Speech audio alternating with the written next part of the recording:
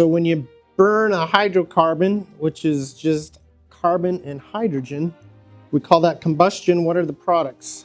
Carbon dioxide and water, and there you see that. And so this thing here has 8 carbons, and that's why we call it octane. And it's going to have something like 18 hydrogens. And carbon dioxide has an interesting characteristic. It absorbs strongly in the IR spectrum. And you might have heard of IRs being infrared.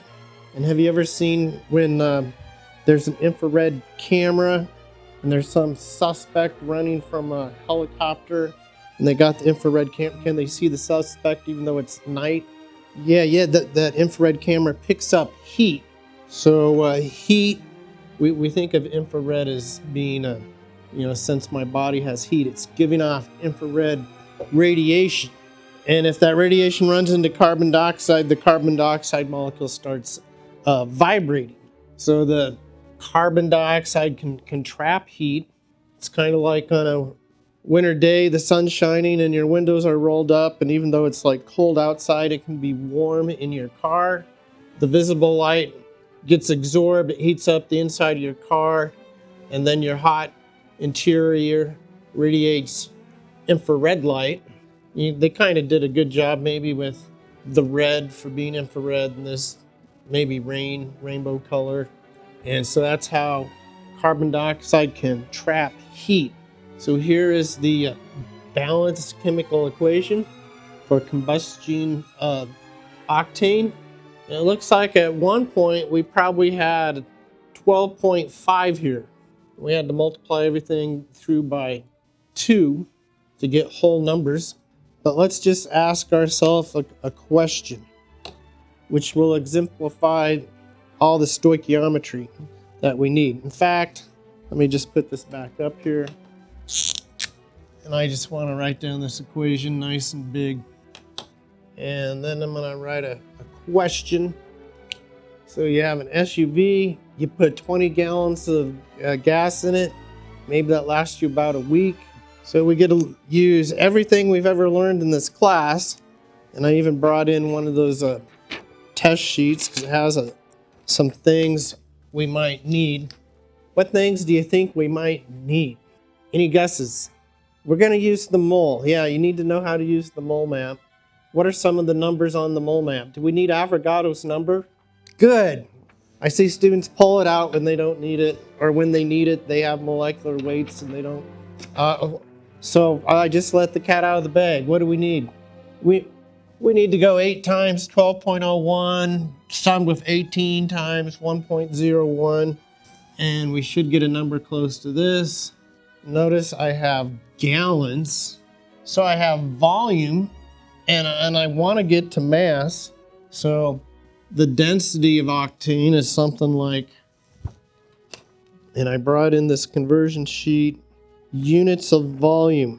So it says here 1 gallon equals 4 quarts, or 3 point, gives me even more digits, but that should be plenty.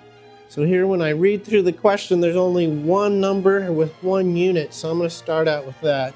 I'll start way over here. So this is like a good review. How do I get rid of gallons? I look up there and I see that 1 gallon. Now I'm into liters. My density's in milliliters, so I think I need to get rid of liters and get into milliliters. So I could go 1,000 milliliters in a liter, or I could go 1 milli, because this is how I taught you, 10 to the negative 3. I'll just put it in there that way. And 1 divided by this is 1,000. All right, now I get to pull out density. Boy, that was a lot of work to finally get around to what does everything proceed through in stoichiometry? The mole. So up here I see this molar mass for octane. So here's 20 gallons of octane converted into liters of octane, converted into milliliters of octane, converted into grams of octane. And that's good, because now I can find moles of octane. All right, so now I've got to start paying attention with my digits, my units, so I won't be a hypocrite. It's what I tell you all the time. So now what? I now have moles of octane. What are we after? Well, I heard moles of CO2. Absolutely right. And then we're going to get to kilograms of CO2. So if I know moles of this, how do I get to moles of that? The mole ratio, absolutely right. And so I look at my balanced chemical equation. This is the stoichiometry. That's the main part of the chapter we're in. 2 moles C8 H18 for every 16 moles CO2. So only this part's the mole mass of A, moles of A, mole ratio 1 mole CO2 is the same thing as, I'm pretty sure it's 44 something grams. 12.01 for carbon plus 2 oxygens at 16. I'm going to go plus 32. I know we want kilograms, but I want this all to fit in the frame, so I'm going to just start. Anybody get a different number? Get the same number? I think it's right. Seems about reasonable. Only now it doesn't seem that reasonable. That's like 360 pounds. That just seems like a lot of CO2. But I am pulling a lot of oxygen out of the atmosphere. You know, for every one of these, I'm getting 8 of those. Maybe that's not too reasonable. Let's just see what does 20 gallons of gasoline weigh in pounds anyway. Let me see here. 20 times 3.7854 liters. 20 gallons of gas. It's about the same thing as 53,200 and some odd grams. There's about 454 grams per pound. 117 pounds. I'm thinking those 5-gallon gas cans are pretty heavy. Yeah. All right. How many people punch this in? I don't want to make a fat finger error. All right. Well, now we know every time you fill up your car, if you have a 20-gallon tank, you're going to put 164 kilograms of carbon dioxide into the atmosphere. So kind of a good review question. We convert units just the same as converting mass to moles. Here's the stoichiometry. 2 octanes, 16 carbon dioxides, multiplying by carbon dioxide's molar mass. Get grams of CO2, converting that to kilograms. Now it doesn't look too unreasonable. 117 pounds of fuel to dirt. Let me just do this one more time up here. 164 kilograms, and there's roughly 2.2 pounds per kilogram. Now this doesn't look too bad. I mean, it seemed like such an awfully big number, but you put over 100 pounds of fuel in your tank and you produce almost 4 times the amount of CO2. Of course, this weighs quite a bit less, but 16 of these for every 2 of those. Any questions? Other than why don't I ride my mountain bike to work? I used to live in Lincoln, Nebraska, and it was relatively flat. They had good bike trails, and I drove my mountain bike everywhere. It was so nice being a poor college student, but being able to go everywhere I wanted. There wasn't the wind. There was ice storms in the winter, but there wasn't the wind. No, do you know what my biggest gripe about Nebraska is? When I was there, on the license plate it said the good life. You know, like New Jersey says the Garden State, Colorado used to say colorful Colorado. No, I loved it. I think it was a good life, especially coming from the Denver metro area. And what do Nebraska license plates say on them now? Nebraska.gov. It's like, I think I could figure out their URL. Who cares about their stupid URL? They want to advertise their state as being good. Why don't they go back to the good life? Nebraska.gov on the bottom of every plate. Take them back to the good life. Quality Maybe it's too long, so like you have to go where you work. Did Wyoming never say the cowboy state underneath? All right, so we've been going over all of this. We're gonna skip all that. We went over this. Well, I just started talking about how heat can be transferred radiantly.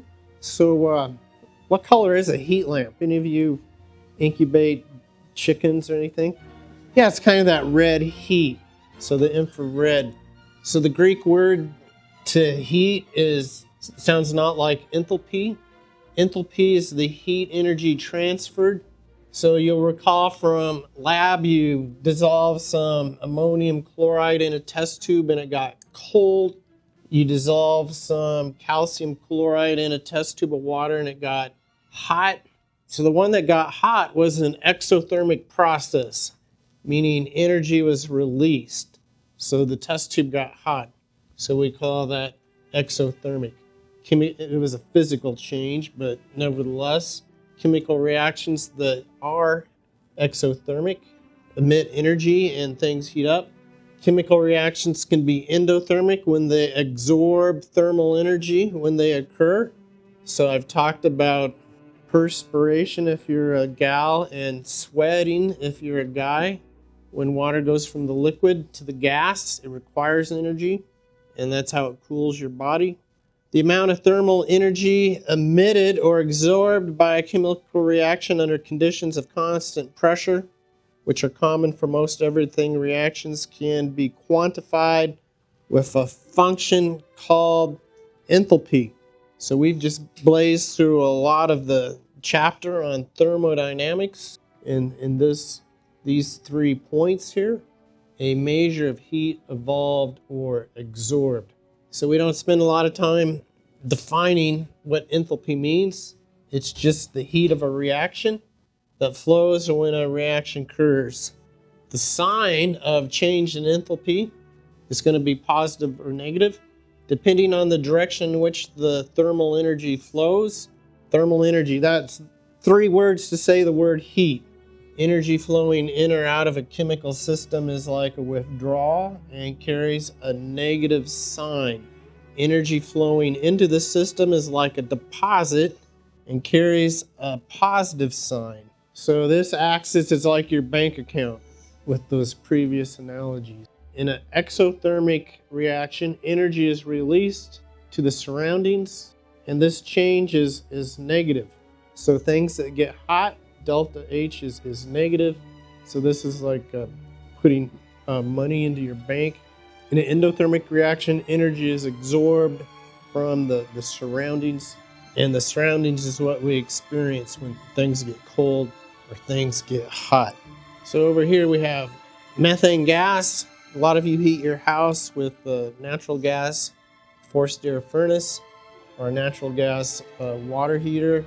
So this whole thing here is called a thermochemical equation. Sounds impressive. Excuse me. Felt that coming on for a while. So when I have a balanced chemical equation and delta H equals this value, that tells us the heat associated with this chemical change here. And so all the stoichiometry and great things we know about this equation, we can quantify it with this amount of heat here. And this negative sign says that much heat is released. And to make this look like this, let me keep this thing balanced. When we had energy here, so the system is the chemicals themselves. Up here, these chemicals have some potential energy. The reaction occurs. Now these chemicals have less potential energy, and that energy difference is given off as heat, and that heat goes into the surroundings. So when you were up here and you went down here, that's a negative change by that amount. 802.3 kilojoules. Here's an endothermic reaction. And we're going to start down here and go up here, so it's going to take that much amount of energy. When the thermal energy flows into the reaction and out of the surroundings as an endothermic reaction, our change in enthalpy is positive. The enthalpy of the reaction for the reaction between nitrogen and oxygen gas to form nitrogen monoxide. So here's a thermochemical equation.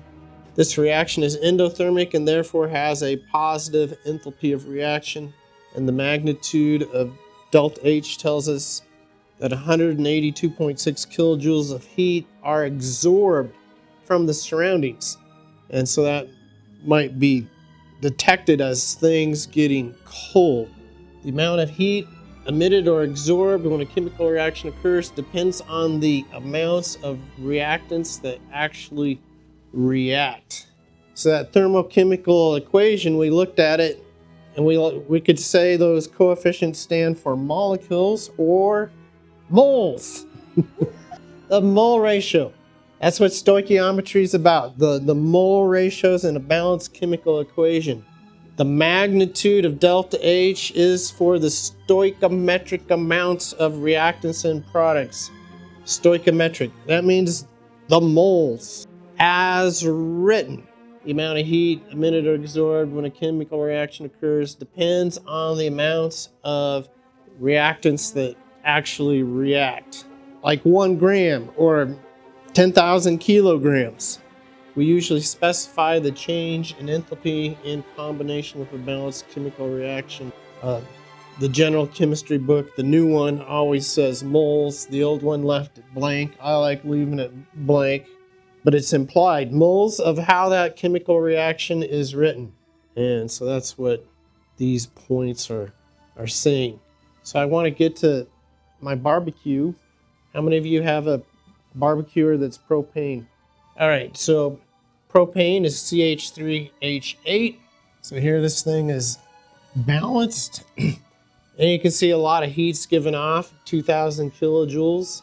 So this says when 1 mole of propane reacts with 5 moles of water to form 3 moles of carbon dioxide and 4 moles of H2O, 2,044 kilojoules of heat is released. And that cooks up your food nicely. These ratios can be used to construct conversion factors, our favorite thing, conversion factors, between amounts of reactants or products and the quantity of heat exchanged. To find out how much heat is emitted upon the combustion of a certain mass in grams of propane, we can use the following mole map. If I know grams of propane, here's the molar mass put into a conversion factor. That's going to give us moles. And here's that delta H value that was in that balanced chemical equation. Better be in that balanced chemical equation that had a 1 in front of there, and I think there was. So a liquid propane gas tank in a home barbecue contains 11.8 times 10 to the third grams. It's almost 22 pounds. Of course, this is 11.8 kilograms of propane. Calculate the heat in kilojoules associated with the complete combustion of all the propane in the tank. So we know mass of this. We can convert it to moles. We know for every 1 mole of this combustion, it gives off that much heat. So here's our grams converted into moles from our thermochemical equation, which has that delta H equals negative 2,044 kilojoules. We get to just tack that on that way. And this is the amount of heat given off. So we call heat Q a lot. I don't know about this version of Alex, but in general chemistry, and you might have seen it like that, especially when you did things that looked like this. You remember that? Mass times specific heat times a change in temperature equals heat. But in Alex, it says often the value of Q, they use the absolute value of Q. Notice here it's negative, is requested, and words are used to convey the sign, like heat absorbed or released, given off. Given off would imply a negative sign. Absorbed would imply a positive sign. Any questions?